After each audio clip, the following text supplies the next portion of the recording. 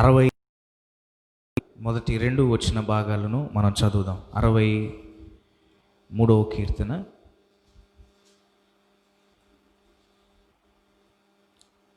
63వ కీర్తన మొదటి 2 వచ్చిన భాగాలని మనం చదువుదాం. దేవా, నా దేవుడవు నీవే, వేకువనే నిన్ను వెతికెదను. నీ బలమును నీ ప్రభావమును చూడవలనని నీ పరిశుద్ధ ఆలయములో నేనెంతో ఆశతో కనిపెట్టుకుని ఉన్నాను. నీళ్లు లేకుండి ఉన్న దేశమందు నా ప్రాణము నీ కొరకు తృష్ణగొని ఉన్నది. నీ మీద ఆశ చేత నిన్ను చూడవలనని నా శరీరము కృషించుచున్నది. నీ కృప జీవము కంటే ఉత్తమము. నా పెదవులు నిన్ను స్తుతించును. నా మంచము మీద నిన్ను జ్ఞాపకం చేసుకున్నప్పుడు రాత్రి జాముల యందు నిన్ను ధ్యానించినప్పుడు కొవ్వు మెదడు నాకు దొరికినట్లు నా ప్రాణము తృప్తి పొందుచున్నది. ఉత్సహించు పెదవులతో నా నోరు నిన్ను గురించి గానము చేయుచున్నది. చాలు. తర్వాత 6వ వచనం కూడా చదువుదామా. కాగా నా జీవిత కాలమంతయు నేను ఇలాగున నిన్ను స్తుతించేదను. నీ నామమును బట్టి నా చేతులెత్తెదను. నీవు నాకు సహాయకుడు అయి ఉంటివి. నీ రెక్కల చాటున శరణు జొచ్చి ఉత్సాహ ధ్వని చేసేదను. నా ప్రాణము నిన్ను అంటి వెంబడించుచున్నది. నీ కుడి చేయి నన్ను ఆదుకొనుచున్నది. నా ప్రాణమును నశింపజేయవలని వారు దాన్ని వెతుకుచున్నారు. వారు భూమి కింద ఉన్న చోట్లను దిగిపోయి ఉన్నారు. బలమైన ఖడ్గమునకు అప్పగింపబడుదురు. నక్కల పాలగదు. రాజు దేనిని బట్టి దేవుణ్ణి బట్టి సంతోషించును. ఆయన తోడని ప్రమాణం చేయు ప్రతివాడును అతిశైలును. అబద్ధములాడు వారు నోరు మూయబడును.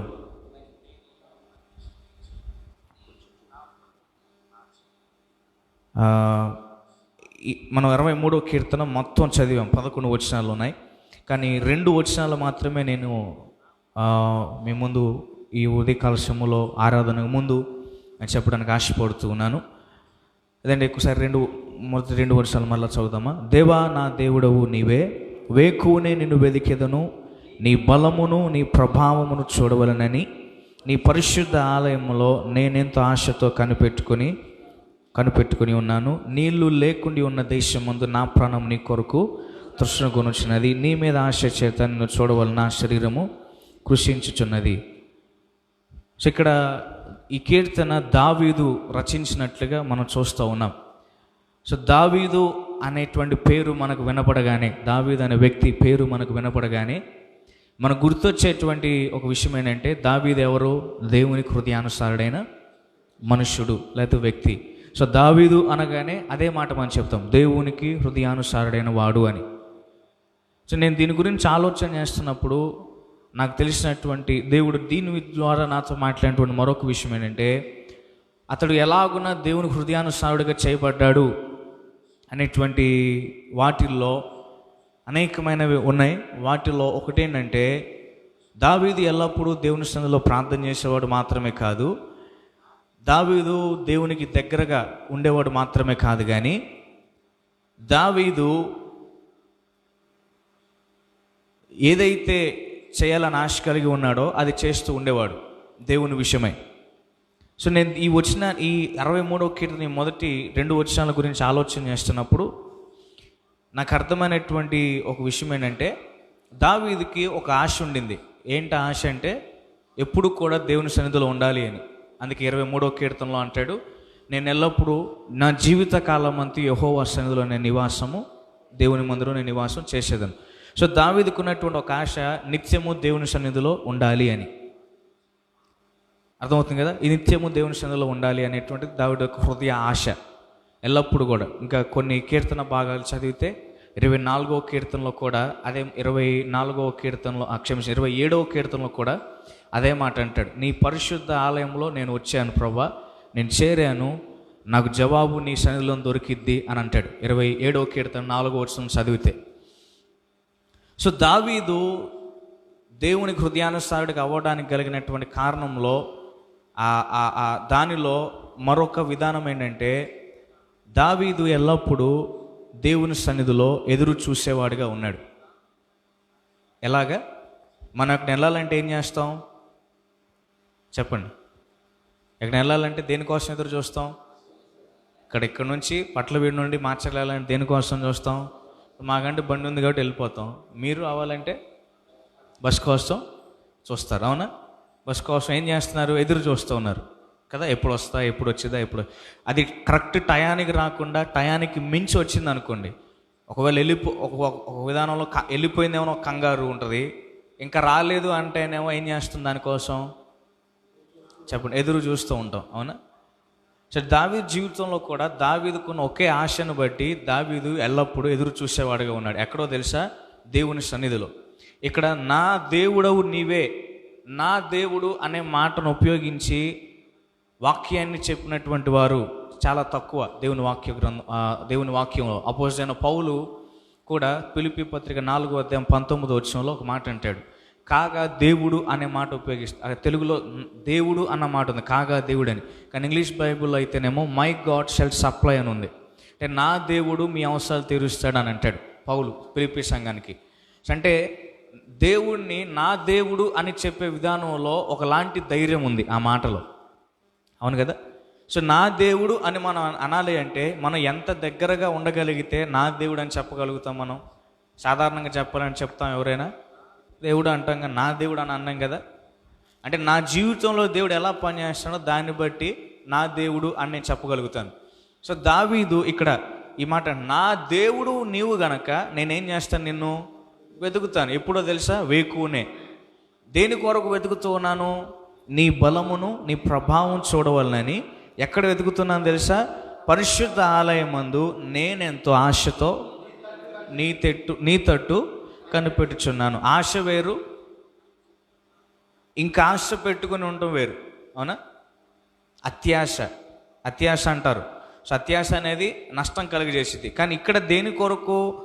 నేనెంతో ఆశతో. ఆశ వేరు, ఎంతో ఆశ వేరు, ఎక్కువగా, అవునా? అంటే ఎక్కడ ఉన్నాడు దావీదు? మనం అందరం ఎక్కడ ఉన్నాం ఈరోజు? చెప్పండి, ఎక్కడున్నాం? పరిశుద్ధ ఆలయంలో మనం చేరాం. సో దేవుని సన్నిధికి మనం చేరిన తర్వాత మనకు ఉండవలసిన ఒకే గురి ఏంటంటే ఆయన ప్రభావమును ఆయన బలమును మనం చూడాలి. సో అదే గురిని మనం కలిగి జీవించాలి.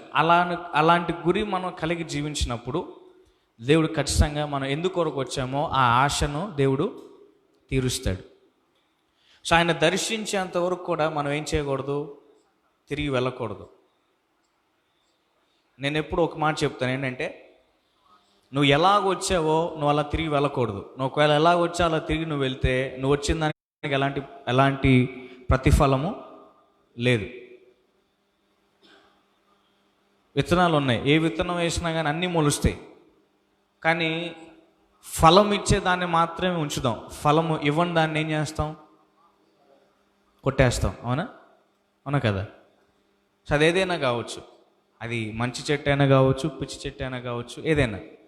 సో అలాగే దేవుడు కూడా మనం దర్శించేంత వరకు కూడా మనం దేవుని సన్నిధిలో ఎదురు చూస్తూ ఉండాలి. సో ఒకటి, ఆయన మన దేవుడు, మనం ఆయన బిడ్డలమై ఉన్నాం కనుక దేవుడు ప్రభావాన్ని, ఆయన బలాన్ని, ఆయన ముఖకాంతి ఈ ఉదయ కాలశంలో మన మీద దేవుడు ప్రకాశించునుగాక. ఆమేన్, ఆమేన్. అందరం తలలో ఉంచుదాం, బైబిల్ కింద పెడదాం, అందరం చేతులు పైకెత్తి కొద్ది సమయం దేవుని మనం ఆరాధన చేద్దాం. హల్లెలూయా, హల్లెలూయా, హల్లెలూయా. యేసయ్యా మీకు వందనాలు. ఈరోజు నా జీవితంలో ఒక నూతనమైన కార్యాన్ని జరిగించు ప్రభువా. ఈరోజు నా జీవితంలో ఒక నూతన కార్యాన్ని జరిగించు. నా లోపల ఏదైతే సాతాను పనిచేస్తూ ఉన్నాడో, ఆసక్తి లేకుండా, లేకపోతే ప్రార్థన యందు నేను ప్రార్థనలో పట్టుదల కలిగి లేకుండా నా జీవితంలో ఏదైతే పనిచేస్తున్నదో ఈ ఉదయ కాలశంలో అది నా జీవితంలో నుండి విరిగిపోవాలి, అది నా జీవితంలో తొలగిపోవాలి, నా కుటుంబంలో నుండి తొలగిపోవాలి. యేసయ్యా నీకు వందనాలు, నేను నీ సన్నిధిని అనుభవించాలి, నీ బలమును నీ ప్రభావమును చూడాలని దావీదు ఎలాగున్నా నీ పరిశుద్ధ ఆలయంలో నేను చేరి ఉన్నాను, ఆశతో ఉన్నానని చెప్పాడో, ఈ ఉదయకాల సమయంలో మేము కూడా అలాగే నీ ప్రభావమును నీ బలమును మేము చూడాలని ఆశతో మీ సన్నిధిలో మేము కనిపెట్టుకుంటూ వచ్చి ఉన్నాం. యేసయ్యా ఈ ఉదయకాల సమయంలో మేము దర్శించమని అడుగుతున్నాం. గొప్ప తండ్రి మీకు వందనాలు, గొప్ప తండ్రి మీకు వందనాలు. పెద్దగా నోరు తెరిచి అడుగుదాం, పెద్దగా నోరు తెరిచి ప్రార్థన చేద్దాం. నేను ఈరోజు ఇలాగున్నామంటే అది దేవుని వల్ల మాత్రమే, నీ శక్తి చేత కాదు, నీ బలం చేత కాదు. దేవుడు నీకు ఇస్తున్న దాన్ని బట్టి నీవు ఈరోజు ఆశీర్వాదకరంగా ఉన్నావు. ప్రార్థన చేద్దాం. నీ దేవుని సన్నిధి రాకుండా ఏది నీలో అనాశక్తిని కలిగిస్తున్నది ప్రార్థన చేద్దాం. హల్లెలూయా హల్లెలూయా హల్లెలూయా హల్లెలూయా. యేసయ్యా మీకు వందనాలు, యేసయ్యా మీకు వందనాలు, యేసయ్యా మీకు వందనాలు, మీకు వందనాలు, మీకు వందనాలు, మీకు వందనాలు. మా మంచి తండ్రి మీకు వందనాలు.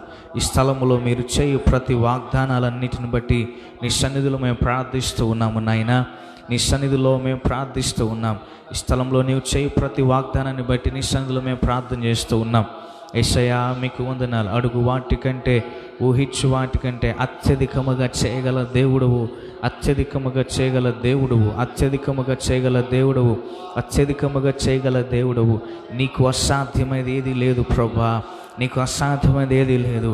యువతి కలశములో ఈ స్థలములో నీ రక్తాన్ని ప్రోక్షించండి నాయన. యేసయ్యా ఆకాశమణిలో పంచే ప్రతి దురాత్మలను యేసు నామములో బంధిస్తూ ఉన్నాము ప్రభా. యేసయ్యా మీకు వందనాలు, మీకు వందనాలు.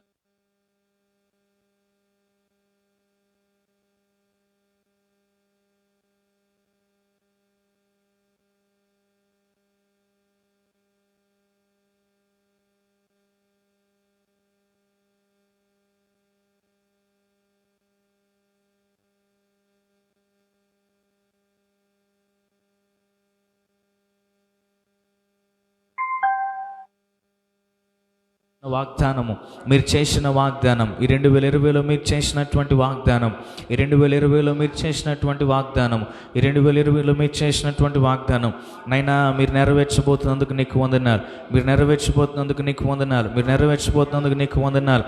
యేసయ్యా మీకు వందనాలు, మీకు వందనాలు, మీకు వందనాలు, మీకు వందనాలు. హల్లెలూయా హల్లెలూయా హల్లెలూయా హల్లెలూయా. ఓ పరిశుద్ధుడైన తండ్రి మీకు వందనాలు, మీకు వందనాలు, మీకు వందనాలు, మీకు వందనాలు, మీకు వందనాలు యేసయ్యా, మీకు వందనాలు యేసయ్యా, మీకు వందనాలు, మీకు వందనాలు, మీకు వందనాలు. ఈ ఉదయ కలశంలో నీ సన్నిధిని నీ ప్రసన్నతను మేము ఆహ్వానిస్తూ ఉన్నాము నాయన. ఓ ప్రభా మీకు వందన. 2020లో మీరు చేసిన వాగ్దానాన్ని జ్ఞాపకం చేసుకుని అడుగుతున్నాం. 2020లో మీరు చేసిన వాగ్దానం మీరు జ్ఞాపకం చేసుకుని అడుగుతున్నాము ప్రభా. అయ్యా మీకు వందన. నేను మీకు ఇచ్చే దేశమును మీరు స్వాధీనపరుచుకున్నట్లు మీ ముందు నడుచువాడు మీ దేవుడైన యెహోవాయే అని మీరు చేసిన వాగ్దానం కొరకు మీకు వందనాలు. ఈ 2020లో ఈ పరిచర్యలో ప్రభా మీరు చేసిన వాగ్దానం నెరవేర్చమని ప్రార్థిస్తూ ఉన్నాం. నీ బలమును నీ ప్రభావమును మేము చూడాలని నీ సన్నిధుల ఆశతో కనిపెడుచున్నాము ప్రభా. యేసయ్యా మమ్మల్ని దర్శనం ఎలుగెత్తి ప్రార్థన చేద్దాం ఆసక్తి కలిగి. హల్లెలూయా హల్లెలూయా హల్లెలూయా హల్లెలూయా. ఓ దైవమా మీకు వందనాలు, మీకు వందనాలు, మీకు వందనాలు, మీకు వందనాలు. హల్లెలూయా హల్లెలూయా హల్లెలూయా. సహాయకుడా, సహాయకుడా, మాకు చాలినవాడా మీకు వందనాలు, మాకు చాలినవాడా మీకు వందనాలు, మీకు వందనాలు, మీకు వందనాలు, మీకు వందనాలు, మీకు వందనాలు. ఓ రియాల రబా సైలేరియాంతోరో బరమాల రబా రీలిబె కషోతోల మెందెరబెహే బ్రీతో షియెల మాషెంతోరబా లింబ్రుతో షియాల రబా హసెకెలె మందోరో రబా రియారా రబా షెలెలె మందోలో రబో రికేల బా షెచెలె మంతోలో బ్రోషియాల రబో రీంప్లేతా షెచెలెబె. యేసయ్యా ఈ ఉదయ కాల సమయంలో ప్రభా ఈ స్థలంలో నీ రక్తాన్ని ప్రోక్షించండి నాయన. యా పశ్చాత్తాపాత్మను మీరు కుమ్మరించండి, పశ్చాత్తాపాత్మను మీరు కుమ్మరించండి, పశ్చాత్తాపాత్మను కుమ్మరించండి. నీ బిడ్డలు ఆశతో నీ సన్నిధిలో ప్రార్థించినట్లుగా పశ్చాత్తాపాత్మను మీరు కుమ్మరించమని అడుగుతున్నాము నాయన. మీకు వందనాలు, మీకు వందనాలు, మీకు వందనాలు, మీకు వందనాలు, మీకు వందనాలు. అయ్యా నీ సన్నిధికి రాకుండా అనాశక్తిని కలిగించే ప్రతి దురాత్మను యేసు నామములో పాత్రలో బంధిస్తూ ఉన్నాము ప్రభా. యేసు నామములో వారి యొక్క బంధకం నుండి విడుదల కలుగునట్లుగా విడుదల ప్రకటిస్తూ ఉన్నాం. యేసు నామములో వారి జీవితాల్లో విడుదలను ప్రకటిస్తూ ఉన్నాం. Oh, hallelujah, hallelujah, hallelujah, hallelujah. Oh, hallelujah, hallelujah, hallelujah, hallelujah. Oh, riala basele la mararama, lende la roshea kalaraba setele melelia loro, limbrancloto shea taramanda la baha, lere ma setele baba baba. Hallelujah, hallelujah, hallelujah, hallelujah, hallelujah. Oh, rikele bashe ala maraba, limbro sheke prantolo la mande lembreclalo, liele rebashet lembranto brocla brasciantolo robo, limbrini lionto sos lembrico setelaraba, likere reba semblantlo rololo, blibrushi kelembra santa la rabaha, ere rabasele la mandolo robo. Oh, యేసయ్యా మీకు వందనాలు, మీకు వందనాలు నైనా, మీకు వందనాలు చెల్లిస్తూ ఉన్నాం. బిడ్డల కొరకు ప్రార్థిస్తూ ఉన్నాం. వారి ప్రతి బంధకం నుండి విడుదల కలిగించమని ప్రార్థిస్తూ ఉన్నాము నాయన. వారి ప్రతి బంధకం నుంచి విడుదల కలిగించండి యేసు. మీకు వందనాలు. ప్రార్థించేద్దాం మెలుగెత్తి. అయ్యా, నాలో ఉన్న అనాశక్తిని తీసేయి, ఆసక్తి నాకు దయచేయమని అడుగుతున్నాం. యేసయ్యా మీకు వందనాలు. అడగండి, అడగండి, ప్రార్థన చేద్దాం. యేసయ్యా మీకు వందనాలు, మీకు వందనాలు, మీకు వందనాలు, మీకు వందనాలు. హల్లెలూయా, హల్లెలూయా, హల్లెలూయా, హల్లెలూయా.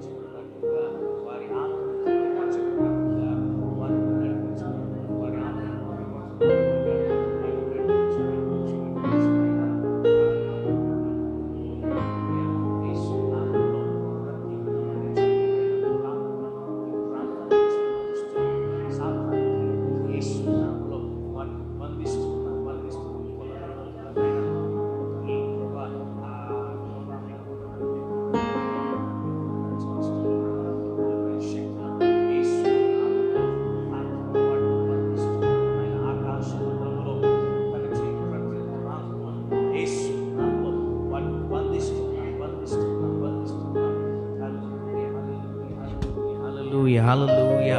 ఓ యేసయ్యా మీకు వందనాలు, మీకు వందనాలు, మీకు వందనాలు, మీకు వందనాలు, మీకే వందనాలు యేసయ్యా, మీకు వందనాలు యేసయ్యా. హల్లెలూయా, హల్లెలూయా, హల్లెలూయా, హల్లెలూయా. ఓ రియా బాసర మామా ఓ లెబ్రాషియా చలోలమా సియారాబా. హల్లెలూయా, hallelujah, hallelujah, hallelujah, hallelujah, hallelujah, hallelujah, hallelujah, హల్లెలూయా. యేసయ్యా మీకే వందనాలు, మీకే వందనాలు, మీకు వందనాలు, మీకు వందనాలు, మీకు వందనాలు, మీకు వందనాలు యేసయ్యా, మీకు వందనాలు యేసయ్యా, మీకు వందనాలు యేసయ్యా. హల్లెలూయా, హల్లెలూయా, హల్లెలూయా, హల్లెలూయా. ఓలే ఖెలరాద షెటల మరలర మరర బహాషే అలరో ఓ రియెదెర బషక మరలర మహర బాబా. Thank you, Jesus. Hallelujah, hallelujah, hallelujah. Basia Kalarama Barolobo. Hallelujah. Isaya మీకు వందనాలు, మీకు వందనాలు, మీకు వందనాలు, మీకు వందనాలు. బెబ్బరాల భాష కెలరర. ఓ యేసయ్యా,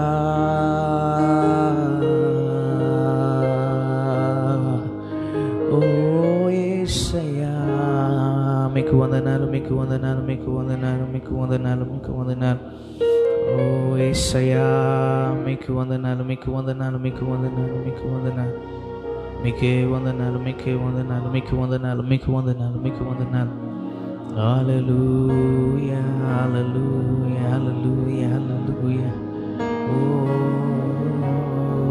యేసయ్యా,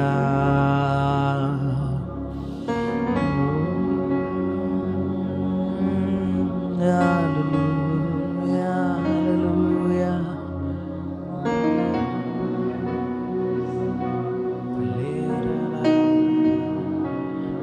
యేసయ్యా,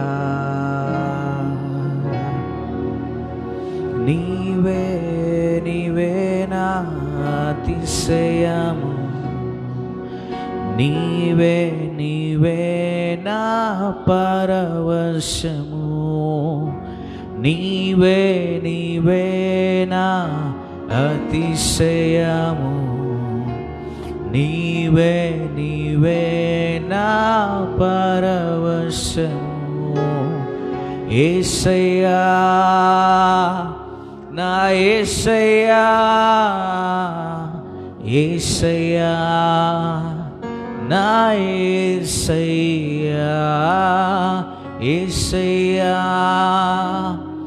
నా యేసయ్యా, యేసయ్యా, నా యేసయ్యా. ఆరాధనా, ఆరాధనా,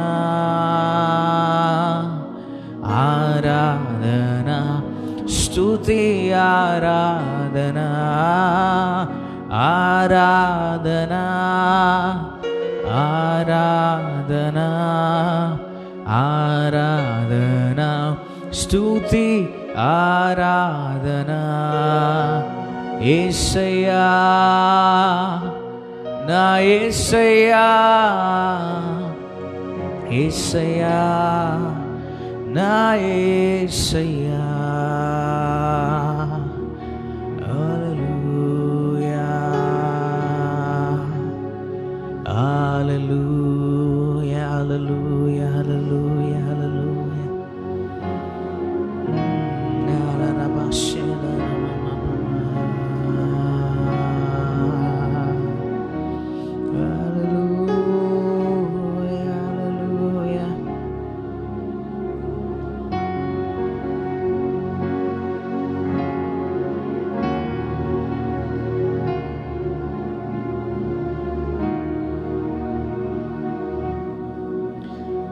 నీ సన్నిధిలో మోకరించి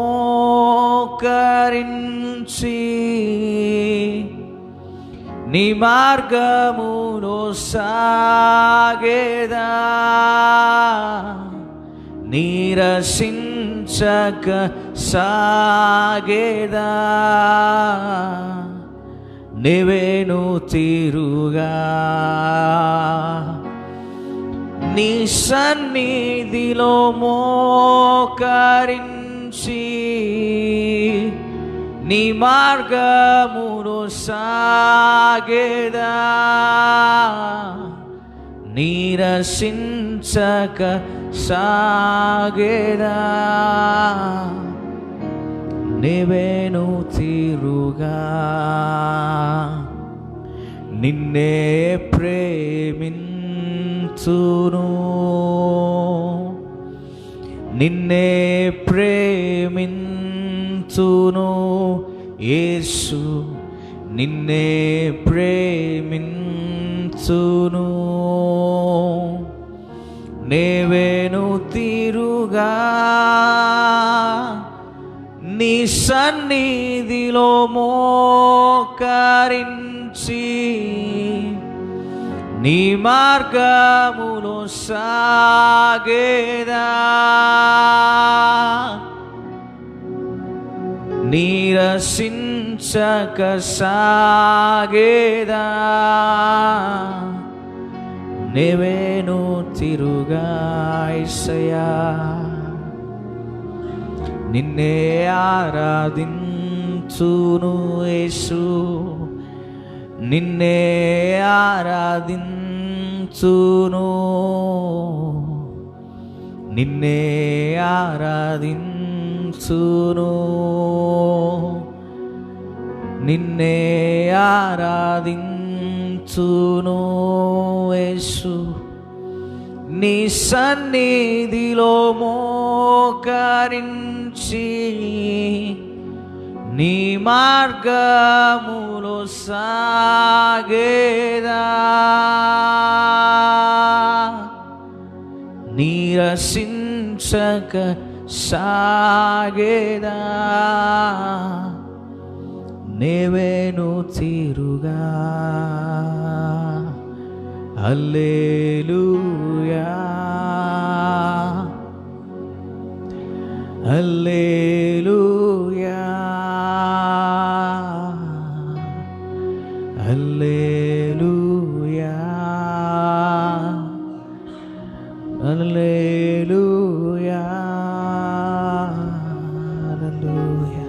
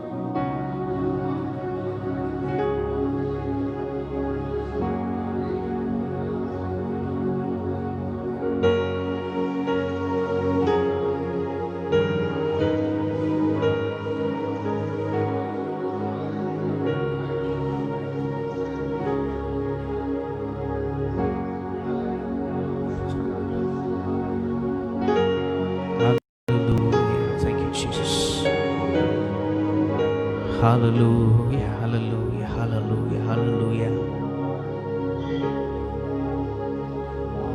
thank you Jesus. Thank you Jesus. యేసయ్యా మీకు వందనాలు, మీకు వందనాలు. నింపుతున్నందుకు వందనాలు, నింపుతూ ఉన్నందుకు మీకు వందనాలు. నీవు నింపుతూ ఉన్నందుకు నీకు వందనాలు, నీవు నింపుతూ ఉన్నందుకు నీకు వందనాలు. ఓ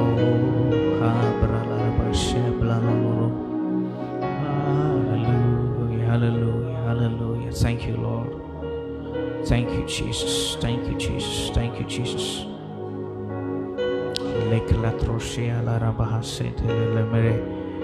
Oh, hallelujah, hallelujah. Thank you, Lord. Thank you, Lord. Thank you, Jesus. Thank you, Jesus. Thank you, Jesus.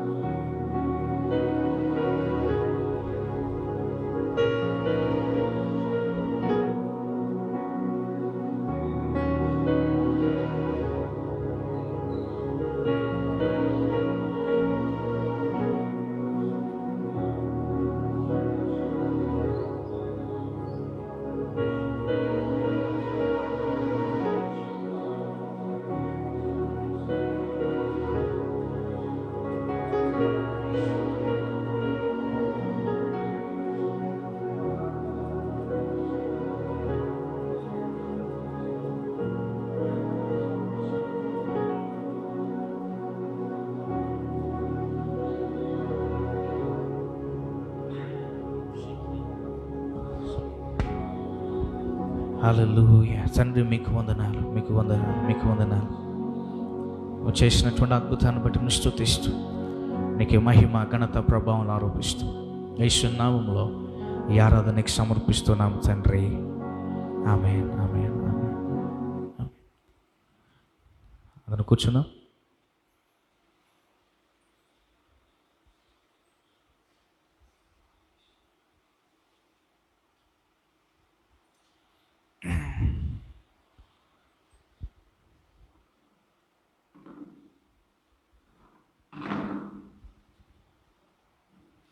హల్లెలూయా చెప్తాం బిగ్గరగా. హల్లెలూయా. మన ప్రభువును రక్షకుడైన యేసుక్రీస్తు వారి అతి శ్రేష్టమైన నామములో చేరసమందరికి ప్రత్యేకమైన వందనాలు. దేవుడు మంచివాడు. ఇంతవరకు కూడా తన అద్భుతమైన కృప ద్వారా మనల్ని భద్రపరిచినటువంటి దేవునికి సమస్త మహిమ ఘనత ప్రభావములు కలుగునుగాక. ఆమేన్. కొంచెం దేవుని వాక్యాన్ని విందాం. మరి రేపటి దినం నుండి మరలా చెప్పాను, ఈ నెలంతా కూడా సంఘంలో ఉపవాస కూడికలు జరుగుతూ ఉన్నాయి. ఆసక్తితో రండి దయచేసి. పని లేక పెట్టినవి కాదు.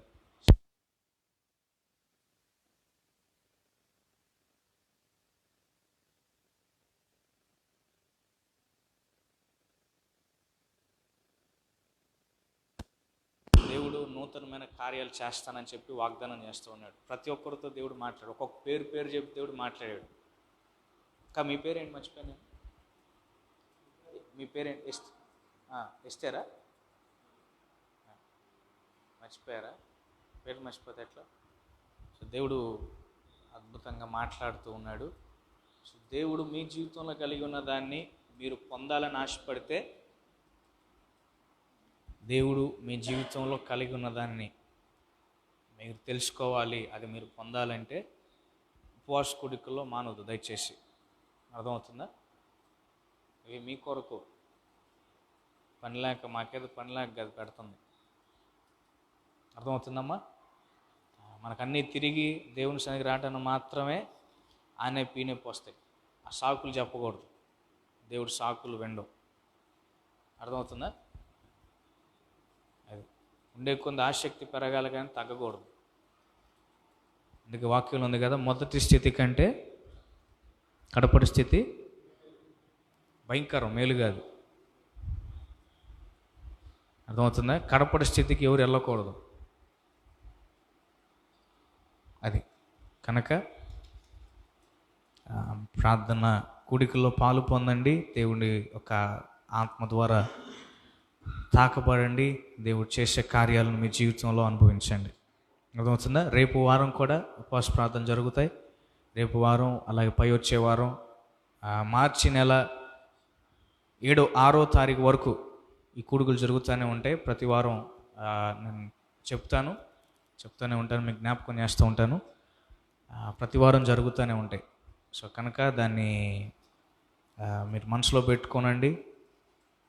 ఖచ్చితంగా దేవుడు ఈ ఉపవాస కూడికలు ముగించేలోపు సంఘంలో, అలాగే మీ జీవితంలో కూడా దేవుడు గొప్ప కార్యాలు చేస్తాడు.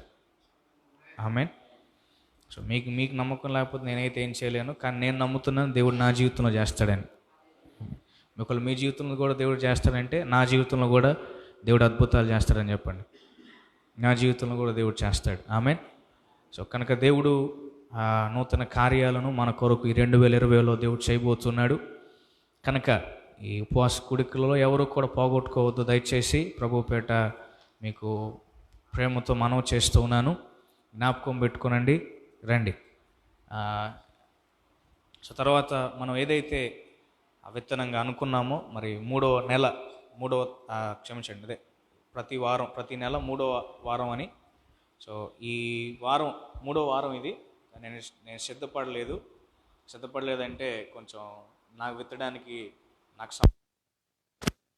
వచ్చే వారానికి నేను దీనిని చేయడానికి ఆశిస్తూ ఉన్నాను. వచ్చే వారం, ఈ ఒక్క నెలే వచ్చే నెల నుండి అలా జరగదు.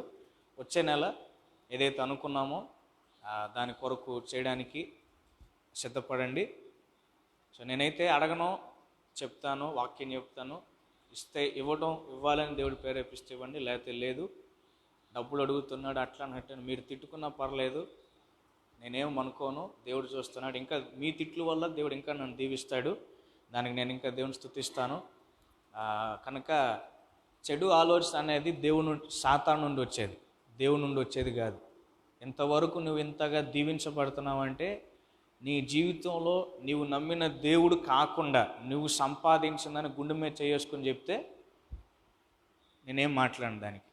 లేదు, నేను ఎట్లా ఉండడానికి దేవుడే నాకంటే, నీకు దేవుడు నేను దీవించకూడదు, ఇంకా నువ్వు దీవించబడిన దేవుడికి. అది పిచ్చి ఆలోచనలు, పిచ్చి తలంపులు పెట్టుకుంటే దీవించబడరు. అర్థమవుతుందా? అది కనుక జ్ఞాపకం పెట్టుకోండి, ప్రార్థన చేయండి. అది మంచిది. కొద్ది సమయం దేవుని వాక్యాన్ని మనం విందాము, నేర్చుకుందాం. సో దేవుడు మనలను విస్తరింపజేయడానికి ఆశపడుతూ ఉన్నాడు. ఏం చేయడానికి? విస్తరింపజేయడానికి. సో ఏదైనప్పటికి కూడా మన జీవితంలో దేవుని ఎరిగిన తర్వాత కొంతమందిని దేవుడు ముందుగానే ఆశీర్వదిస్తాడు, కొంతమందిని దేవుడు కొద్దిగా ఆశీర్వదించడం ప్రారంభిస్తాడు. అది ఎలాగైనప్పటికీ కూడా దేవుడు మనం చేసే ప్రతిదాన్ని కూడా దేవుడు విస్తరింపజేస్తాడు. ఆమేన్. చూద్దాం. 1 కొరింథీ పత్రిక 9వ అధ్యాయం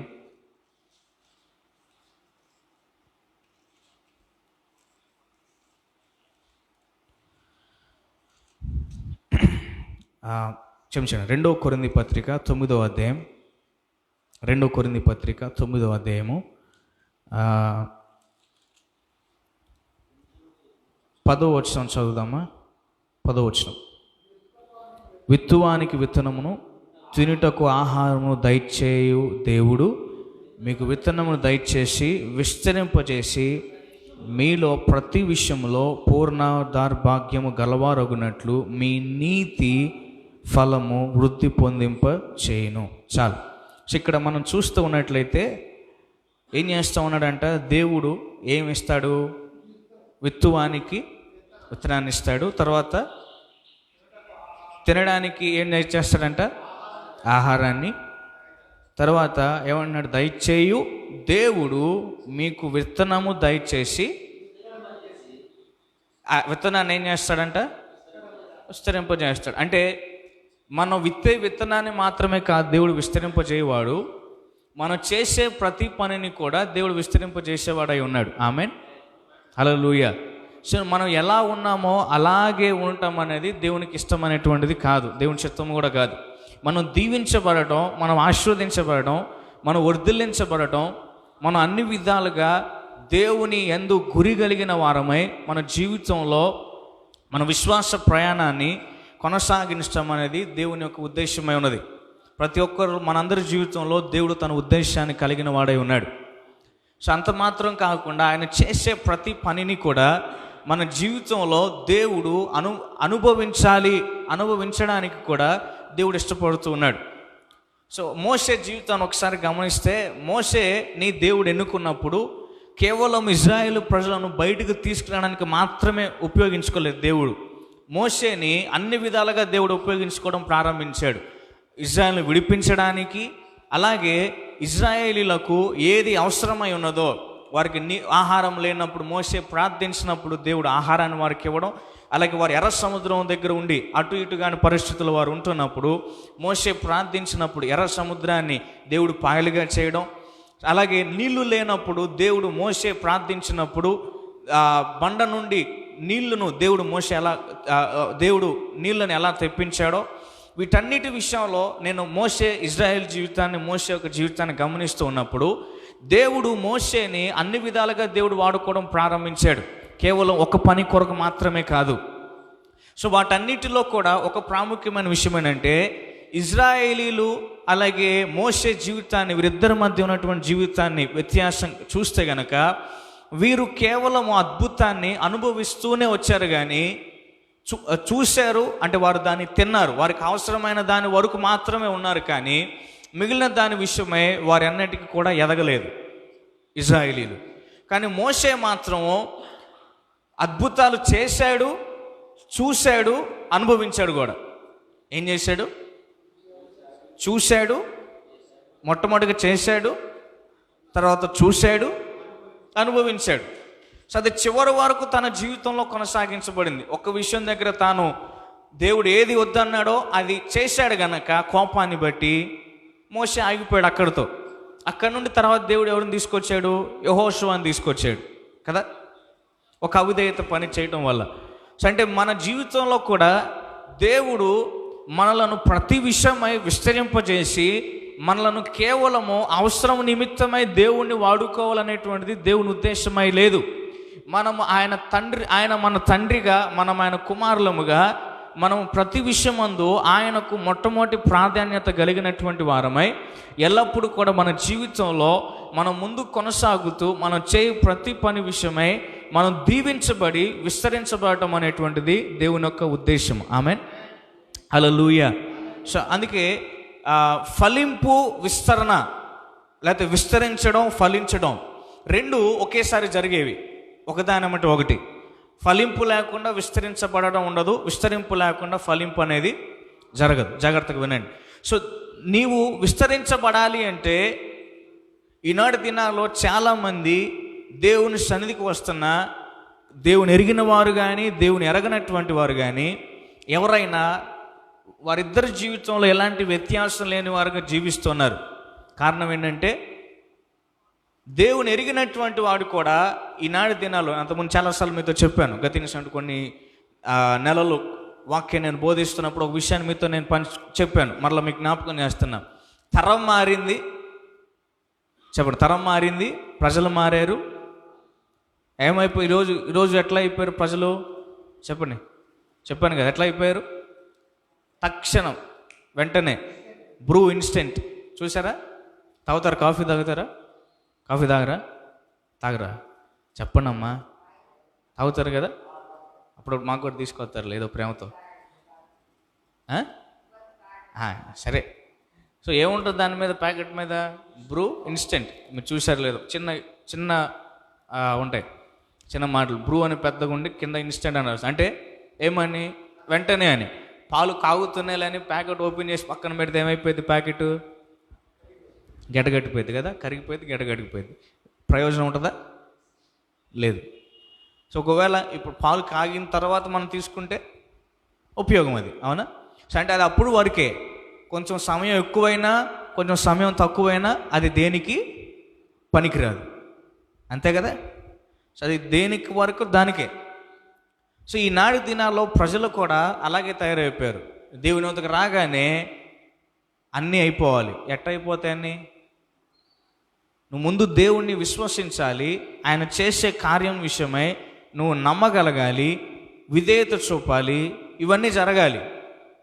నువ్వు విధేయత చూపకుండా, దేవుణ్ణి నమ్మకుండా దేవుని వద్దకు రాగానే అన్నీ నీకు జరగాలంటే ఎట్ట జరుగుతాయి?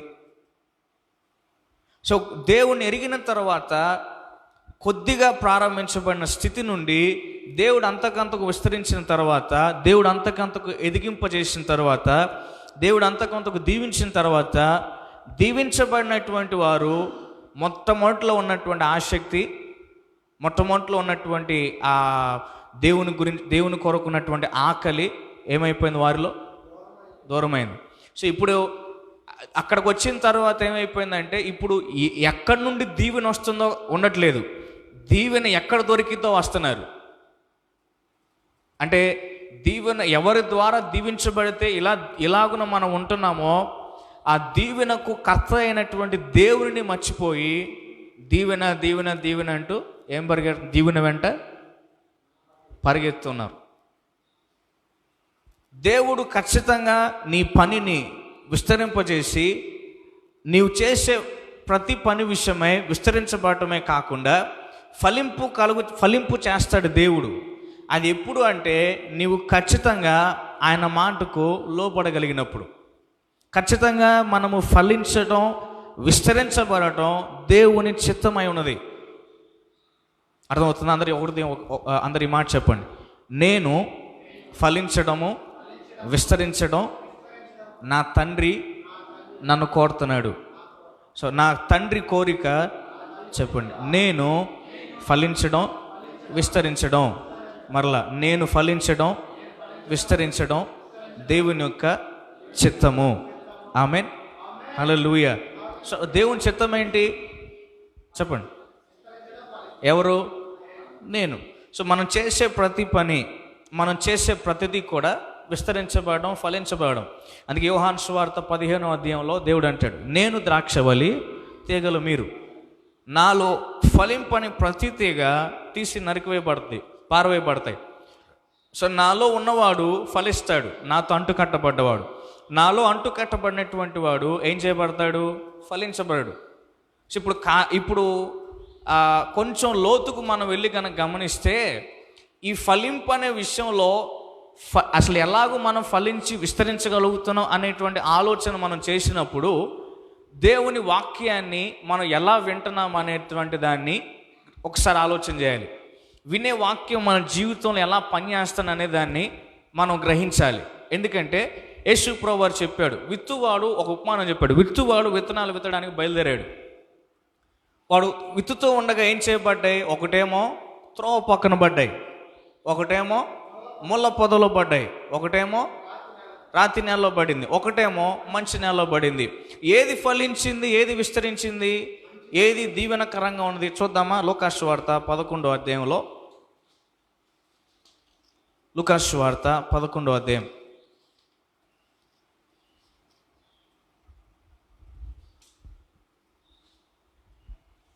క్షమించండి 8వ అధ్యాయం అనుకుంటా.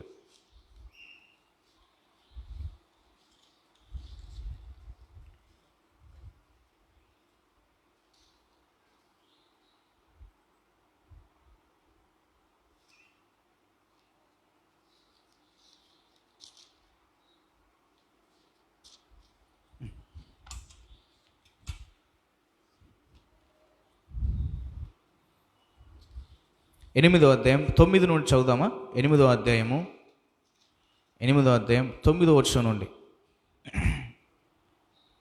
ఆయన శిష్యులు ఈ ఉపమాన భావం ఏమిటని ఆయన అడగగా, ముందు కొంచెం పైనుండి 4 నుండి మనం చదువుదామా? బహుజన సమూహము కూడి ప్రతి పట్టణం నుండి ఆయన వద్దకు వచ్చుచుండగా ఆయన ఉపమాన రీతిగా ఇట్లనెను. విత్తువాడు తన విత్తనములు విత్తుటకు బయలుదేరాడు. అతడు విత్తుచుండగా కొన్ని విత్తనములు త్రోవ పక్కన పడిన గనక ఆకాశ పక్షులు వచ్చి వాటిని మింగేసినాయి. మరికొన్ని రాతి నేల పడి మొలిచి చెమ్మలేనందున ఎండిపోయాడు. మరికొన్ని ముండ్ల పొదలో నడిమ పడాను. ముండ్ల పొదలు వాటిని మొలచి వాటిని అణిచివేశాను. తర్వాత మరికొన్ని మంచి నేలలో పడి అవి మొలచి 100 ఫలించను. ఈ మాటలు పలుకుచు వినుటకు చెవులు గలవాడు వినుగాక అని బిగ్గరగా చెప్పాను. ఆయన శిష్యులు ఈ ఉపమాన భావమేమని ఆయన అడగగా, ఆయన దేవుని రాజ్య మర్మము లెరుగుట మీకు అనుగ్రహించబడి ఉన్నది, ఇతరులైతే చూచియు చూడయకు వినియు గ్రహింపుకు ఉండునట్లు వారికి ఉపమాన రీతిగా బోధించుచున్నవి.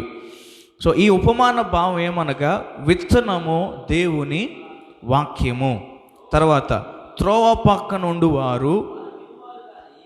వారు వినువారు కానీ నమ్మి రక్షణ పొందినట్లు అపవాది వచ్చి వాని హృదయంలో నుండి వాక్యమును ఎత్తుకొని పోవును. రాతి నేల నుండి వారు ఎవరనగా, వినువాడు వాక్యమును సంతోషముగా అంగీకరించువారు కానీ వారికి వేరు లేనందున కొంచెము కాలము నమ్మి శోధన కాలము తొలగిపోవుదురు. ముండ్ల పొదలో పడిన విత్తనం పోలిన వారు ఎవరనగా, విని కాలము గడిచిన కొలది ఈ జీవ సంబంధమైన విచారము చేత ధనభోగము చేత అణిచివేయబడి పరిపక్వముగా ఫలింపని వారు. మంచి నేల నుండి విత్తనములు పోలిన వారు ఎవరనగా, యోగ్యమైన మంచి మనస్సుతో వాక్యమును విని దానిని అవలంబించి ఓపికతో ఫలించువారు. హల్లెలూయా.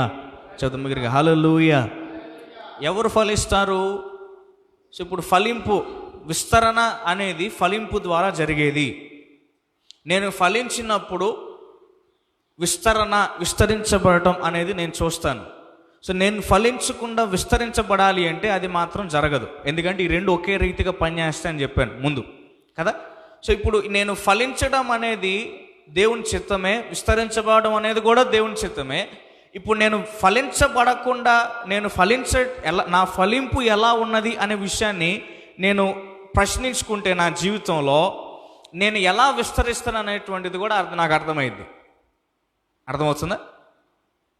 సో ఇప్పుడు నా ఫలింపు దేని మీద ఆధారపడినదై ఉండాలి అంటే దేవుని వాక్యం మీద ఆధారపడినదై ఉండాలి. చిందాక మనం చూసాము, విత్తువానికి దేవుడు ఏం చేస్తాడు? విత్తనాన్ని ఇస్తాడు, తినేవాడికి కూడా ఆహారం ఇస్తాడు. సో ఇప్పుడు విత్తనము ఆహారము దయచేసే దేవుడు ఇప్పుడు మీకేం చేస్తాడు? విత్తనం మాత్రమే కాకుండా ఆ విత్తనాన్ని విస్తరింపజేస్తాడు అని అన్నాడు కదా. విస్తరింపజేస్తాడు, చేయువాడు అని ఉంది. ఇప్పుడు అయితే ముందు నాకు చేతికి దేవుని వాక్యం అనే విత్తనం ఇవ్వబడి ఉన్నది కనుక ఈ దేవుని వాక్యం అనే విత్తనాన్ని నా హృదయం అనే భూమిలో నేను ఏ ప్రదేశంలో ఆ విత్తనం పడటం ద్వారా అది ఎలాగున ఫలించబడుతుందో ఒకసారి నేను గ్రహించగలిగితే నా ఫలింపును బట్టి నా విస్తరణ ఆధారపడి ఉంటుంది. అర్థమవుతుందా? నా ఫలింపును బట్టి నా విస్తరణ ఆధారపడి ఉంటుంది. సో నేను ఫలించకుండా దేవా నన్ను విస్తరించు అంటే అది ఎన్నటికి జరగదు. అర్థమవుతుందా? సో ఒక చెట్టు, నేను ఉదాహరణకి మామిడి చెట్టు విత్తనాన్ని నేను వేస్తే అది ముందు ఎదిగే కొద్దీ ఒకేసారి కాయ కాసిద్దా? విత్తనంలో నుండి బయటికి రాగానే ఒకేసారి పెద్దగా అయిపోయి చెట్టు పెద్దది అయిపోయి కాయలు వెంటనే కాస్తాయా? ఏం జరుగుద్ది? దానికి ఒక ప్రక్రియ ఉంది, ఒక పద్ధతి ఉంది. సో అది కొద్ది కొద్దిగా విస్తరించబడుతూ, లేకపోతే అది ఫలించబడుతూ, అది ఎదుగుతూ, తర్వాత ఏం చేయబడితే అది ఎదిగే కొలది ఫలించబడుతుంది కనుక ఇప్పుడు దాని యొక్క ఏమంటారు దాన్ని, కొమ్మలు కానీ లేకపోతే మొద్దు కానీ ఏం చేయబడుద్ది అంటే చెట్టు యొక్క బలము కూడా విస్తరించబడింది. అంతే. అర్థమవుతుందా మీకు? అర్థమవుతుందా లేదా? అర్థమవుతుంది కదా నేను చెప్పేది? సో ఏదైనా కానీ అంటే మన జీవితంలో కూడా విస్తరణ, ఇప్పుడు మీకు అర్థమైంది విస్తరించడం, ఫలించడం అనేది. సో ఫలింపు ఎలాగ సాధ్యమైందంటే, విస్తరణ అనేది ఎలా సాధ్యమవుతుందంటే ఫలించబడటం ద్వారా. సో నేను ఫలించకుండా విస్తరించబడాలి అని నేను ప్రార్థన చేస్తే నా జీవితంలో విస్తరించబడటం అనేది ఎంత మాత్రం సాధ్యం కాదు. సో నేను విస్తరించబడాలి అంటే ముందు నేను ఫలించబడాలి. ఈ ఫలింపు అనేది ఎలా సాధ్యమైంది అంటే, నేను ఏ మనసు కలిగిన వాడినై ఉంటున్నానో, ఈ వాక్యం అనే విత్తనము ప్రతి సమయం విత్తబడుతున్నప్పుడు అది నా హృదయం అనేటువంటి భూమిలో ఏ స్థలంలో విత్తబడుతుంది, ఆ మనస్సు విషయమై ఆ వాక్యము ఏ భూమిలో పడ్డప్పుడు దాన్ని ఎలాగున నేను అంగీకరించగలిగి అది నాలో ఎలా పని చేస్తూ ఉన్నదో దాని మీద ఆధారపడినదిగా ఉంటుంది. అది నేను గ్రహించలేని వాడిగా ఉన్నట్లయితే ఇప్పుడు చదువుకున్నటువంటి ఈ 4 ప్రదేశాల్లో ఏదో ఒక ప్రదేశంలో నేను ఉండిపోయాను. సో ఇప్పుడు ఏదో ఒక ప్రదేశంలో నేను ఉండిపోయాను కనుక ఒక స్థితి వరకు నేను వచ్చాను. ఇప్పుడు అక్కడ నుండి మాత్రం నేను ఎదగట్లేదు. అందుకే ఎదగట్లేదు కనుక ఆసక్తి లేదు, ప్రార్థన అంటే భయం లేదు, దేవుడు అంటే అసలు లేదు. అర్థమైందా? సో ఇక్కడ మనం గమనించినప్పుడు మొట్టమొదటి విత్తనం ఎక్కడ పడింది? త్రోవ పక్కన పడింది. సో నీ జీవితంలో కూడా వాక్యం త్రోవ పక్కన పడలా, మంచి నేలలో కరెక్ట్ అయిన ప్రదేశంలో పడింది. రెండవది ఇంకోటి ఎక్కడ పడింది? త్రోవ పక్కన పడలేదు మీ జీవితంలో. రెండవది ముళ్ళ పొదలో పడింది. ముళ్ళ పొదలో పడిన దానికి ఏం చెప్పాడు? 13వ వచనం, రాతి నేల నుండి వారు ఎవరనగా వాక్యం విన్నప్పుడు సంతోషంగా, అది 14వ వచనం చదువుదామా? 14 ముళ్ళ పొద 14. సో ముళ్ళ పొదలో పడిన విత్తనం పోలిన వారు ఎవరనగా విన్నారు, కాలం గడుస్తున్నది. ఏ సంబంధమైన? జీవన సంబంధమైన విచారం చేత ఏంటంట? దేనికోసం ప్రయత్నం చేస్తున్నారు? ఏం ఆలోచన ఉంటుందంట? చెప్పండి, ఏం ఆలోచన? జీవ సంబంధమైన. మీరు కాదు వాళ్ళు మాట్లాడాలి, వాళ్ళ గురించి. మీరు కాదు, ఆగండి. విన్నారు? వాక్యం వినపడుతుంది కదా. జీవన సంబంధమైన. జీవన సంబంధం అంటే నేను ఎట్లా ఉండాలి, మా అబ్బాయి వచ్చాడు ఏం చేయాలి,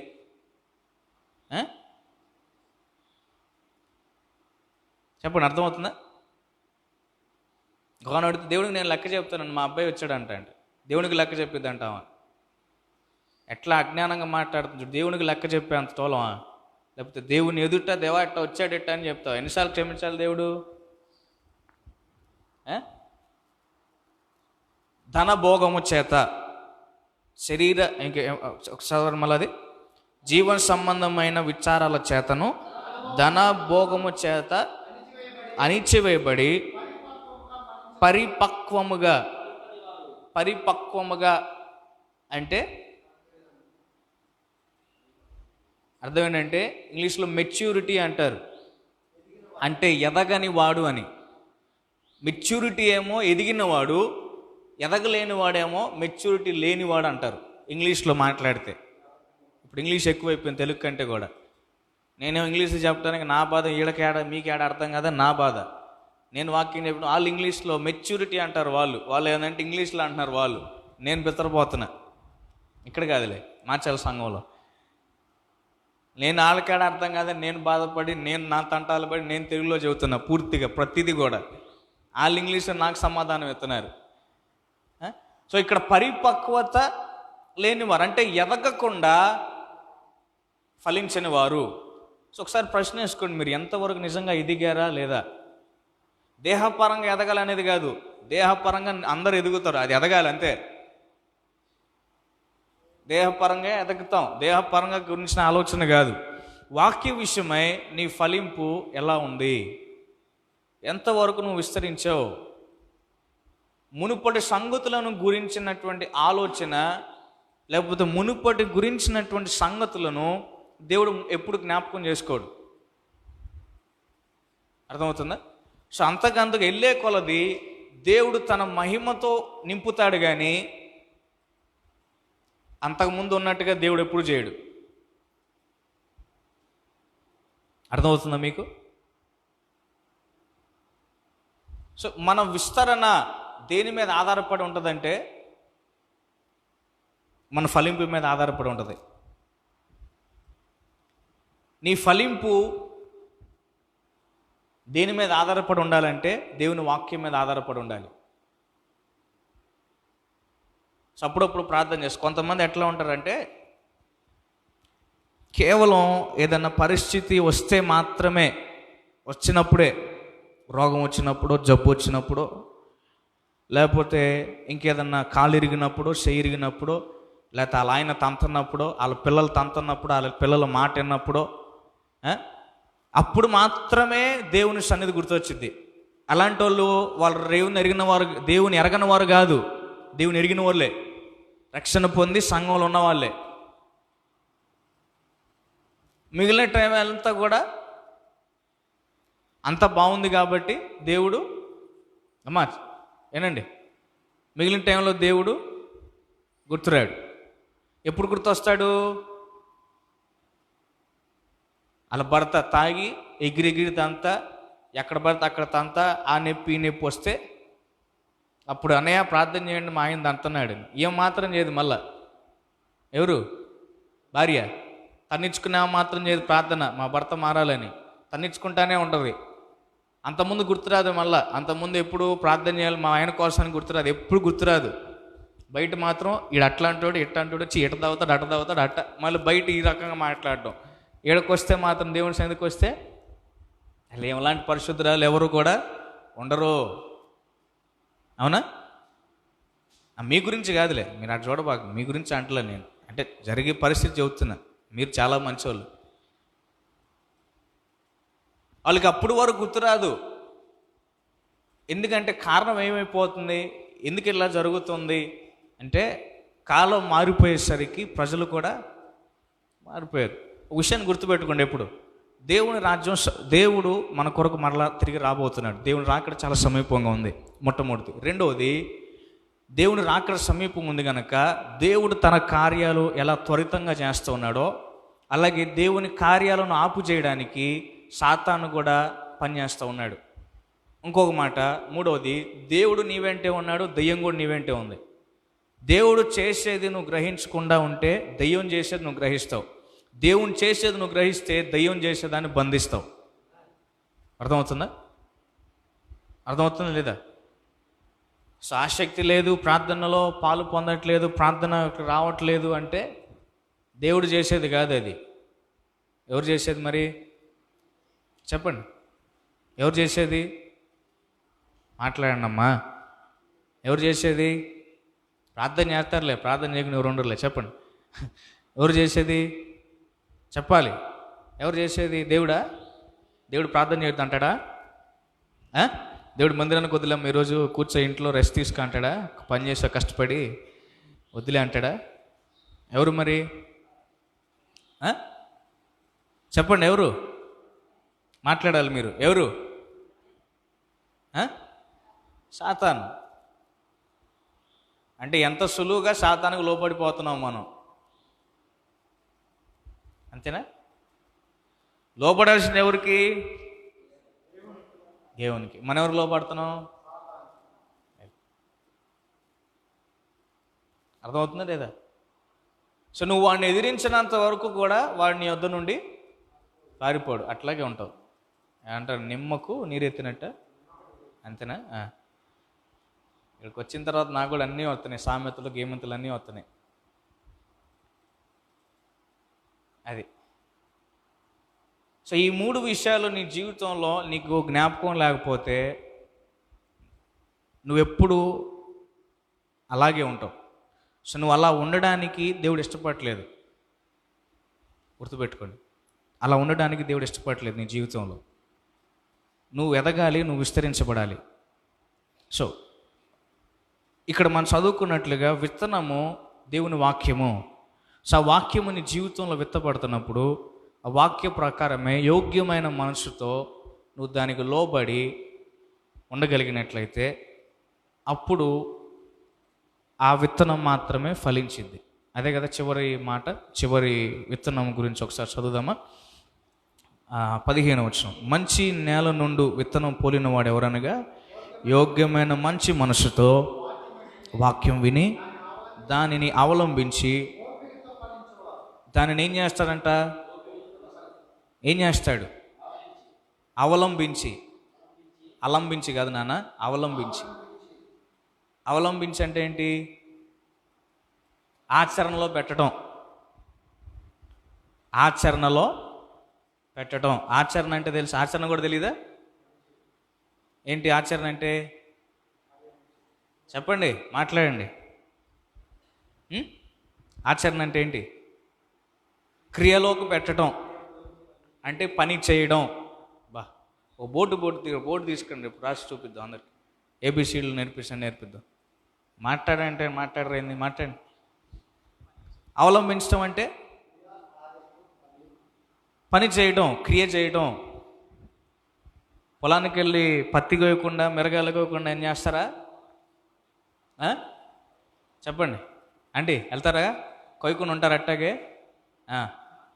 ఏం చేస్తున్నావు అక్కడ? చిట్టగా నువ్వు చెప్పండి. కోస్తున్నావు కదా, ఏం చేస్తాం? పని చేస్తున్నావు కదా. సో అవలంబించడం అంటే ఆ వాక్యము నీలో పనిచేయాలి. అంటే ప్రతి విషయంలో నువ్వు ఏది వింటున్నావో అది నీకు జ్ఞాపకం రావాలి, దాని ప్రకారంగా నువ్వు జీవించాలి. చాలా జీవించినప్పుడు ఇప్పుడు నువ్వేం చేయబడతావు? ఓపికతో ఫలిస్తావు. సో ఇప్పుడు నువ్వు ఫలిస్తున్నావు కనుక నువ్వు ఫలించే కొలది దేవుడు ఏం చేస్తాడు? ఆటోమేటిక్గా అది ఆల్రెడీ దేవుడు ముందే దీవించాడు. ఆదికాండం 1:28 మీరు ఫలించి అభివృద్ధి పొంది, మీరు ఫలించండి, అభివృద్ధి పొంది విస్తరించండి అన్నాడు. సో ఆదిలో దేవుడు ముందే చెప్పాడు విస్తరించడం అనేది, ఫలించడం అనేది. కానీ ఎందుకు ఫలించలేకపోతున్నాం? ఎందుకు విస్తరించబడలేకపోతున్నాం? మన విత్తనం ఎక్కడ పడుతుందో, మనం ఎలా ఫలిస్తున్నామో దానిని బట్టి మన విస్తరణ ఆగిపోయింది. సో దేవుడు మా తాతయ్యని మాచర్ల పట్టణానికి, అబ్రహాం రెడ్డి గారిని దేవుడు మాచర్లకు తీసుకొచ్చిన తర్వాత, రెడ్డి గారు చర్చి అంటే తెలియనివాడు ఎవడూ లేడు, అవునా? ఇప్పుడు ఎవరు తెలియని వాడు ఎవడు లేడు అంటే ఇప్పుడు ఏం జరిగింది? ఆయనలో మొట్టమొదటిగా ఫలింపు జరిగింది. రెండోది ఏం చేయబడింది? విస్తరించబడింది. సో విస్తరించబడింది కనుక ఇప్పుడు అక్కడ నిలబడినటువంటి వారు ఎవరైనా ఆ మాచర్లపట్నం మొత్తం కూడా విస్తరించబడింది, అవునా? అంతేనా కదా? అర్థమవుతుందా? సో మొట్టమొదటిగా నీకు ఫలింపుకు ముందు ఇంకొక క్రియ ఉంది. ఏంటో తెలుసా? అది విధేయత. ఏంటది? చెప్పండి అందరూ, ఏంటది? విధేయత. సో ఆ విధేయత అనేది నీలో లేకుండా ఉంటే నీలో ఫలింపు అనేది జరగదు. అందుకే ఒకే ఒక్క మానవుడిని దేవుడు చేశాడు తన పోలికలో, తన స్వరూపంలో. ఎవరా వ్యక్తి? ఆదాము. సో దేవుడు ఆదామును చేసిన తర్వాత ఒక ఆజ్ఞ ఇచ్చాడు. ఏంటి ఆజ్ఞ? నేనేది తినొద్దన్నా నాకు తినొద్దన్నాడు. అది ఆజ్ఞ కదా. మంచి చెడు జ్ఞానం ఇచ్చేటువంటి ఫలము నువ్వు తినొద్దు అన్నాడు. అది ఆజ్ఞ. సో ఇప్పుడు ఆజ్ఞ ఇచ్చిన తర్వాత ఆదాము ఏం చేశాడు? దానికి ఆజ్ఞను లోబడ్డా? లోబడలే. సో లోబడలేదు కనుక ఏమైపోయింది? లోకంలోనికి ఏమొచ్చింది? పాపం వచ్చింది. తర్వాత మరణం వచ్చింది, శాపం వచ్చింది, ఇంకా అవిధేయత వచ్చింది, మిగిలినవన్నీ వచ్చినాయి. అంతేనా? ఇప్పుడు దాన్ని సరి చేయడానికి అలాగే మానవుడిగా యేసే వచ్చాడు. సో మొట్టమొదటి ఆదామే, కడపటి ఆదాము యేసుక్రీస్తు వారు. సో యేసుక్రీస్తు వారు వచ్చి ఏం చేశాడు? ఇప్పుడు మనలో ఏముందో తెలుసా? మనం మాట వినట్లేదు అంటే మన లోపల ఏముంది? ఆదాము యొక్క స్వభావం ఉంది. ఆ ఆదాము యొక్క స్వభావం అంటే లోబడకుండా అవిధేయత చూపే స్వభావము విరగొట్టబడాలి. అది విరగొట్టబడనంత వరకు కూడా దేవుని వాక్యానికి మనం ఏం చేయబడం? లోబడం. దేవుని వాక్యానికి కానీ, దైవజనం చెప్పిన మాటకు కానీ, లేకపోతే వాక్య సంబంధమైనటువంటి దేనికి కూడా నువ్వు పని చేయడానికి ఎంత మాత్రం ఇష్టపడవు, లోబడవు కనుక. సో మాట గుర్తుపెట్టుకోండి, నీవు ఫలించాలి అంటే ఫలింపుకు ముందు లోబడటం అనేది ఇవ్వబడింది. సో నువ్వు లోబడకపోతే ఫలింపు అనేది నీ జీవితంలో జరగదు. నువ్వు ఫలింపు అనేది జరగనప్పుడు విస్తరించబడటం అనేది కూడా జరగదు. అర్థమవుతుందా? సో మంచి మనసుతో ఎవడైతే ఉండి యోగ్యమైన హృదయం కలిగి వాక్యానికి లోబడుతూ వాక్య ప్రకారంగా వాక్యాన్ని అవలంబించి దాని ప్రకారంగా చేస్తూ ఉంటాడో వాడు ఓపికతో ఫలిస్తాడు గనక ఇప్పుడు వాడు ఫలించే కొలది విస్తరించబడటం ప్రారంభిస్తాడు. ఆమేన్, హల్లెలూయా. విస్తరించబడటం ప్రారంభిస్తూ ఉంటాడు. సో ఈ ఫలింపు విస్తరణతో పాటు దేవుని వాగ్దానం కూడా మరొకటి ఇవ్వబడుతుంది. అదేంటంటే అడుగుబెట్టు ప్రతి స్థలము స్వాస్థ్యముగా ఇవ్వబడటం. అర్థమవుతుందా? సో నేను చేసే పని ప్రతిదీ కూడా నాకు స్వాస్థ్యముగా ఇవ్వబడాలి అంటే అది నా దేశమైన, నేను ఉండేటువంటి ప్రదేశం అని నీకు సొంత ఇల్లు లేదేమో. ఒకవేళ సొంత ఇల్లు లేనప్పుడు ఈ మూడు ప్రక్రియ జరగాలి. ఇది ప్రక్రియ జరగనంత వరకు కూడా అది జరగదు. చెప్తున్నా, అర్థం చేసుకుని జాగ్రత్తగా. సో లోబడటం, ఫలింపు, విస్తరణతో పాటు దేవుని వాగ్దానం. ఏంట వాగ్దానం అంటే నీకు ఒకవేళ ఇల్లు లేదనుకో, అద్దింట్లో నువ్వు ఉంటే ఆ ఇల్లు నీ చేతికి రావాలి అంటే దేవుని వాక్యంలో ఉంది, అడుగుము జనములకు స్వాస్థ్యముగాను భూ దిగంతము సొత్తుగా నేను నీకు ఇస్తాను. సో ఇప్పుడు కట్టని ఇళ్లలో మీరు ఉంటారు, మీరు వెయ్యనటువంటి తోటలో ఆ పండ్లను మీరు అనుభవిస్తారు అని ఉంది. ఆ వాగ్దానం నేను నమ్ముతూ ఉన్నాను, దాని కొరకు నేను ప్రార్థన చేస్తున్నాను. సో ఇప్పుడు నేను లోపడుతున్నాను, నేను ఫలిస్తూ ఉన్నాను గనక నేను విస్తరించబడుతున్న కొలది ఇప్పుడు ఎక్కడైతే నేను నిలబడ్డానో ఆ ప్రాంతంలో నేను అడుగుపెట్టి, ప్రభా అడుగుము జనములకు స్వాస్థ్యముగా అని చెప్పావు. ఇప్పుడు నేను విస్తరిస్తున్న కొలది, ఫలిస్తూ విస్తరిస్తున్న కొలది ఈ వాగ్దానము నా జీవితం నెరవేర్చబడాలని నీవు మాట్లాడడం ప్రారంభించినప్పుడు దేవుడు ఆ ప్రకారముగా దేని విషయమై నువ్వు అడిగావో అది దేవుడు నీకు ఇస్తాడు. హల్లెలూయా. అర్థమవుతుందా? లోబడటం, ఫలించడం, విస్తరించడం, విస్తరణతో పాటు దేవుని వాగ్దానం. సో లోబడకుండా ఫలించాలి అంటే జరగని పని, ఫలించకుండా విస్తరించాలంటే జరగని పని, విస్తరించబడకుండా దేవుని వాగ్దానం నెరవేర్చబడాలంటే మాత్రం జరగదు. అర్థమైందా? అంటే ఒకదానికొకటి లింక్. సో ఒకటి జరగకుండా ఒకటి జరగాలంటే అది ఎంత మాత్రం జరగదు. గుర్తుపెట్టుకోండి ఈ మాట. అర్థమవుతుందా? సో నీకు ఇవ్వబడే వాక్యం విషయమై, నువ్వు వినే వాక్యం విషయమై దేవుడు అడుగుతాడు నిన్ను, ఏం చేసావు నువ్వు వాక్యాన్ని అని. ఎందుకంటే చివరి దినాల్లో మనం ఉన్నాం గనక నువ్వు వినే వాక్యం విషయమై జాగ్రత్తగా లేకపోతే, దేవుని వాక్యంలో సెలవిస్తూ ఉన్నాడు, ప్రకటన గ్రంథంలో జరగబోయే దాని గురించి మాట్లాడుతూ ఏమంటాడంటే వాక్యం కూడా కరువయ్యేటువంటి కాలం ఒకటి వచ్చింది. నువ్వు ఎంత వాక్యాన్ని అనుకున్నా అప్పుడు నీకు వాక్యం చెప్పేవాళ్ళు ఎవరు ఉండరు, నువ్వు చెప్పినా వినేవాడు ఎవడు కూడా ఉండడు. సో అందుకే నీకు సమయం ఇవ్వబడిన సమయం ఇవ్వబడ్డప్పుడే నువ్వు ఎంతగా వాక్యాన్ని వినగలిగి ఫలించగలుగుతావో అంతగా ఫలించబడుతూ విస్తరించబడాలి. ఆ ప్రకారంగా దేవుని వాగ్దానము, విస్తరించబడే వాగ్దానాన్ని నీవు అనుభవించాలి. ఆమేన్, హల్లెలూయా. సో ఈనాడు మేము ఇంత దీవెనకరంగా ఎక్కడికి వెళ్ళినా, నేను ఎప్పుడు చెప్తాను కదా, సో నాలాంటి వాడు ఎవడు ఉండడు. మళ్ళా చెప్తున్నా, అలాంటి వాడు ఎవడు ఉండడు. గర్వంగా చెప్తా ఈ మాట ఎక్కడికి వెళ్ళినా. ఎందుకంటే మా జీవితంలో ముగ్గురు వ్యక్తులు ఉన్నారు ప్రాముఖ్యంగా. మా తాతయ్య, నాయనమ్మ, తర్వాత తాతయ్య, అమ్మమ్మ, మా అమ్మ, మా నాన్నగారు, మా అమ్మ. ఈ ముగ్గురు వ్యక్తులు ఉన్నారు మా జీవితంలో. సో వారు మా కొరకు ప్రార్థన చేస్తూ ఉన్నారు. సో వారు మా కొరకు ప్రార్థన చేస్తూ ఉన్నారు కనుక వారు విత్తనాన్ని విత్తారు. ఇప్పుడు పంట వస్తూ ఉన్నది. ఆ పంటను మేము కోసుకుంటున్నాం, మేము అనుభవిస్తున్నాం. మా నాన్నగారు కూడా పని చేశారు, ఆయన కూడా విత్తాడు, దాన్ని మేము కోస్తూ ఉన్నాం. అర్థమవుతుంది కదా? సో ఏ ప్రాంతానికి వెళ్ళినా, మా నాన్నగారు పరిచయం చేసినదైనా, లేకపోతే మా తాతయ్య అబ్రాహం తాతయ్య పనిచేసిన స్థలం అయినా, లేకపోతే మా ఇజ్రాయేల్ తాతయ్య చేసిన పని ఏదైనా, ఎక్కడికి వెళ్ళినా ఆయన పేరు తెలియనటువంటి వారు కానీ, ఆయన పని తెలియనటువంటి కానీ ఎవరు కూడా లేరు. కారణం ఏంటంటే వారు లోబడిన విధానాన్ని బట్టి, వారిలో విత్తబడిన దేవుని వాక్యమైన విత్తనము ద్వారా వారు ఫలించబడ్డారు గనక ఆ ఫలింపును బట్టి దేవుడు విస్తరింపజేసి ఆ ప్రకారముగా ప్రతి ప్రాంతంలో దేవుని పరిచర్య ప్రారంభించడానికి ఆ పట్టణాన్నే దేవుడు దైవజనుల చేతికి అప్పగించాడు.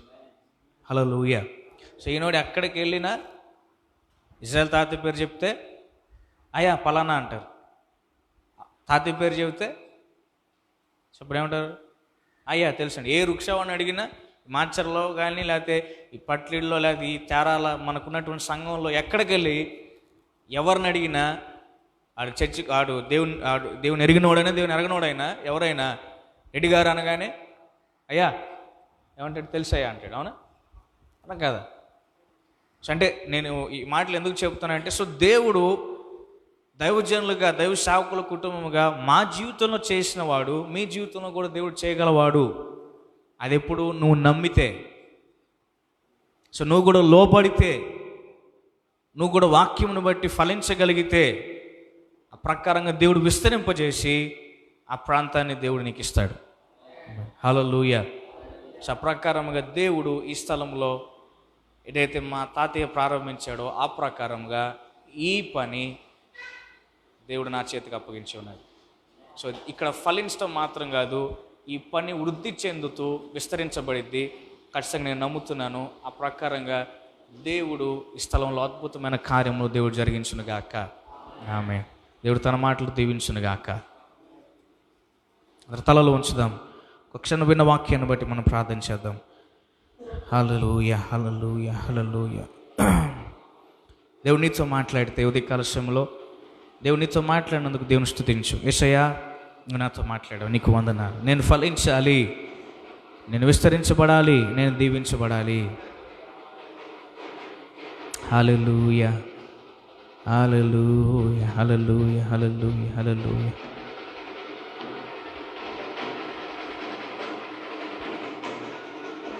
ప్రార్థన చేద్దాం. ఒక క్షణం ప్రార్థన చేద్దాం. దుష్టెట్టి వల్ల నీ వద్దు దయచేసి ఒక క్షణం ప్రార్థన చేద్దాం. హల్లెలూయా, hallelujah, hallelujah, hallelujah, hallelujah, hallelujah, హల్లెలూయా.